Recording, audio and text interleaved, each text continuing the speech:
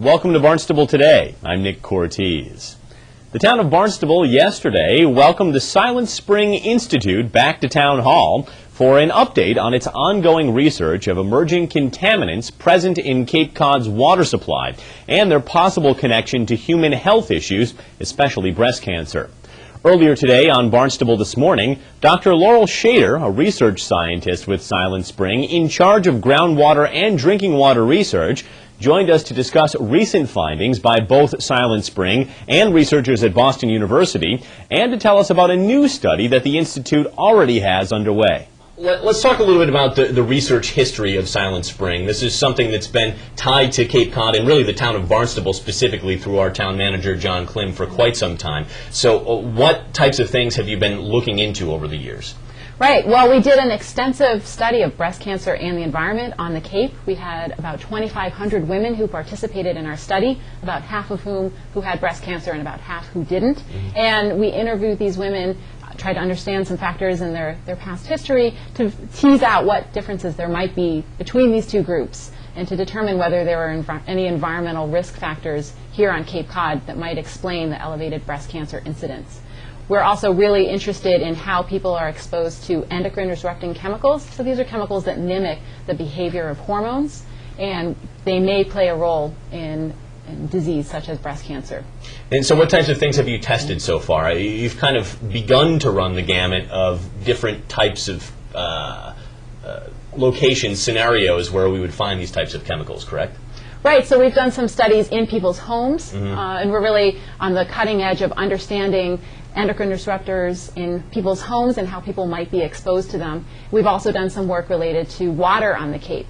We've tested for pharmaceuticals, hormones, and hormone-disrupting chemicals in groundwater on the Cape, in some of the ponds on the Cape, and we're motivated to understand environmental risk factors here on Cape Cod. The most recent piece of research that you'd done, and you came to Town Hall in May to really unveil all that for the first time, and you talked a little bit about it in your presentation today, was a study that you had done of 20 public drinking water wells in 9 water districts across Cape Cod, and I know that the town of Barnstable participated in that as well. And this is sort of where we get to the water protection discussion, I think. Tell us a little bit about what you found in that study.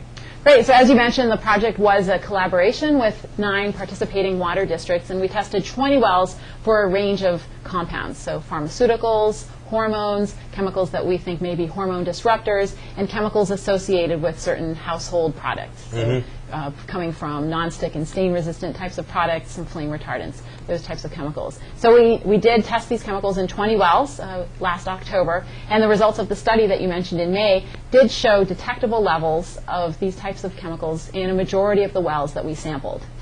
Detectable levels, but in parts per trillion, which is an order of magnitude that currently is not regulated by any governmental body, any environmental group.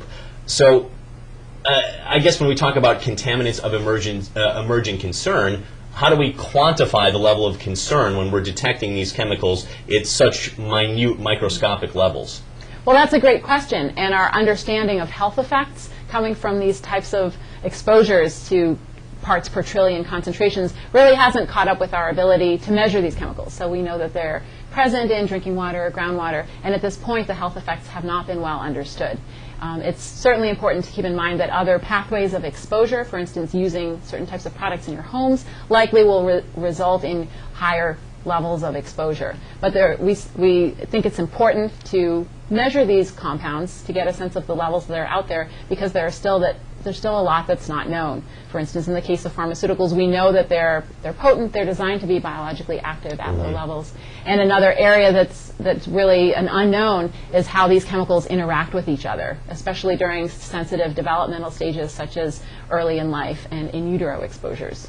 I want to talk with you for a moment about research that you weren't directly involved in, but certainly a study that has made its way around the town of Barnstable in terms of the fact that it came forward in public comment at a recent town council meeting, and there was some level of concern from members of the public over it, and that was a study conducted and finished recently by the Boston University School of Public Health, which at its very most basic level made a connection between people women who contracted breast cancer in a certain time period and their proximity to the Hyannis Water Pollution Control Facility.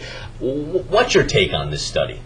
Right. Well, we think that that type of study is very important, and it's very difficult to reconstruct people's exposure to contaminants. So when a woman is diagnosed with breast cancer, you really have to understand not what she was exposed to last week or last year, but earlier decades in her life, and try to understand what factors might have been associated with that. So this type of study is very difficult to do, and we think that their findings are really important.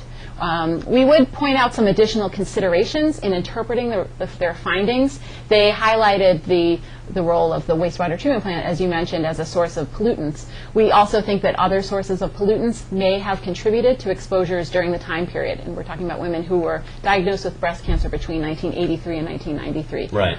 For instance, the public supply wells in their study likely were also receiving discharges from septic systems, and we know that those can be sources of the same types of contaminants that you might find in wastewater treatment plant effluent.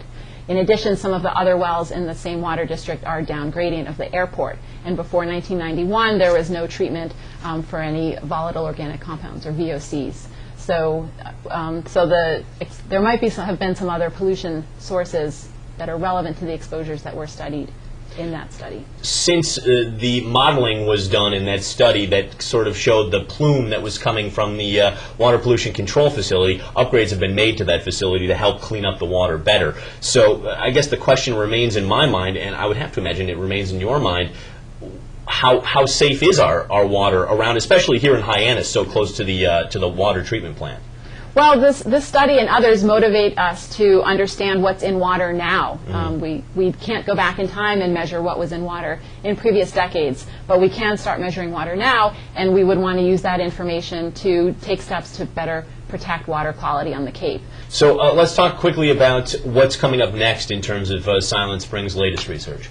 Great. So having done a study of public drinking water supply wells, we're now turning our attention to private wells. They do serve about 20% of Cape residents, and we think that they may be more vulnerable to pollution because they are located in residential areas, so they may be closer to septic systems and other sources of pollution. So we're going to do a similar study. We're aiming to test 20 wells for a range of emerging contaminants, and it will paint a better picture for us about water quality on the Cape and tell us something about potential differences between public and private drinking water wells, and how water quality on Cape Cod compares to other locations in the U.S. Okay, well, we certainly look forward to the results of that study. And before we let you go today, I just wonder if people are concerned about this, and it's difficult to, like we mentioned earlier, quantify how concerned people really need to be at this point because so much more work needs to be done. Is there anything practical that people can do to make sure that what they consume is cleaner, I guess? Right. Well, I would recommend that people check out our website, www.silentspring.org. We do have a Take Action section with some tips for reducing chemical exposures in your home. Well, Dr. Shader, thank you so much for joining us today. Very informative stuff, and like I said, we look forward to hearing from you more in the future. Thanks for having me, Nick. Our pleasure. Speaking of emerging contaminants, the Town Council tonight may choose to adopt a resolution condemning NSTAR's plan to spray herbicides to control vegetation along power line rights-of-way. The meeting begins at 7 p.m. in the Town Hall hearing room. Well, that's all for now. I'm Nick Cortez, and we'll see you next time on Barnstable Today.